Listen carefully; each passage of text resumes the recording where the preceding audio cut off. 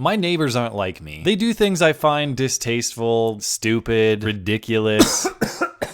Pre-ordering the Taken King Collector's Edition. My neighbor across the street, she has this Acura car. She's always washing and shining up and cleaning, and she's obviously very proud of this car for some reason that I don't understand. It's not fast. It's not an eye catcher. In fact, I'd argue she makes it worse. She's always putting aesthetic mods on it, like swapping out wheels. The latest set are a weird mix of black and chrome colors that just look terrible. If you ask me, chrome wheels on a car are pretty much never okay. But she must like them. She's out there nearly every weekend. She's vacuuming the car. She's washing the car. She's waxing the car. To me, she might as well be putting Christmas lights on an outhouse, but the car must be her thing. The neighbor next door I call Jungle Man. I wish I could say it's because he wears a Tarzan-style loincloth. Alas, it's because he maintains his yard and landscaping as though he's trying to replenish some land lost to deforestation. He's got unmaintained plants growing in every damn direction. A lot of the plants immediately in front of his house are growing so wildly and thickly, they're actually covering his front windows a bit. It's like a nasty 1970s porn flick. There's just wiry bush poking around everywhere. It's really weird to me too because he doesn't have a jungle yard through negligence. You might think he's just lazy. Quite the contrary though. He's out there all the time moving rocks and dirt and plants in a wheelbarrow, and he's working hard. So I gather he actually likes this unmaintained bush look, and he works hard to keep things that way. Neighbors down the street have some young children, including a teenage girl who has the worst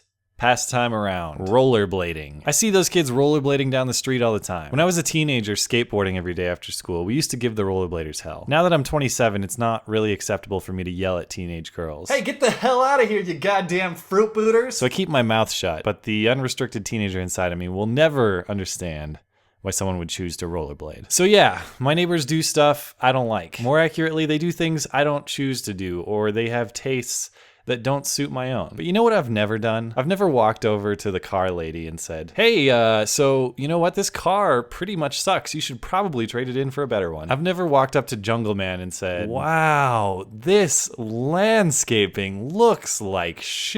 Can I spot you a hedge clippers? I've never tackled the rollerblading girl and said, I don't approve of your lifestyle, and stuck her on top of a skateboard. And I've sure as hell never gone up to any of them and said, this car sucks and you can't have it. Or, this yard sucks and you can't have it this way. Or, rollerblading sucks and I won't allow you to do it on this street. So what's the common element here? What's the takeaway? Simple really. When you see your neighbor doing something you find distasteful but completely harmless, move along. And yes, to be explicit, I'm talking to you, last guy in the world who thinks marriage equality is an abomination. Maybe you find it distasteful. Maybe you find it to be an affront to your God. That's in your house. Go ahead and believe it if that's your way. Same way I don't like ricer cars or poor landscaping or rollerblading. So I don't drive a poorly decorated car. So I mow my lawn and trim my hedges. So I skateboard, but I'm bad at it because I'm now an adult man. But I don't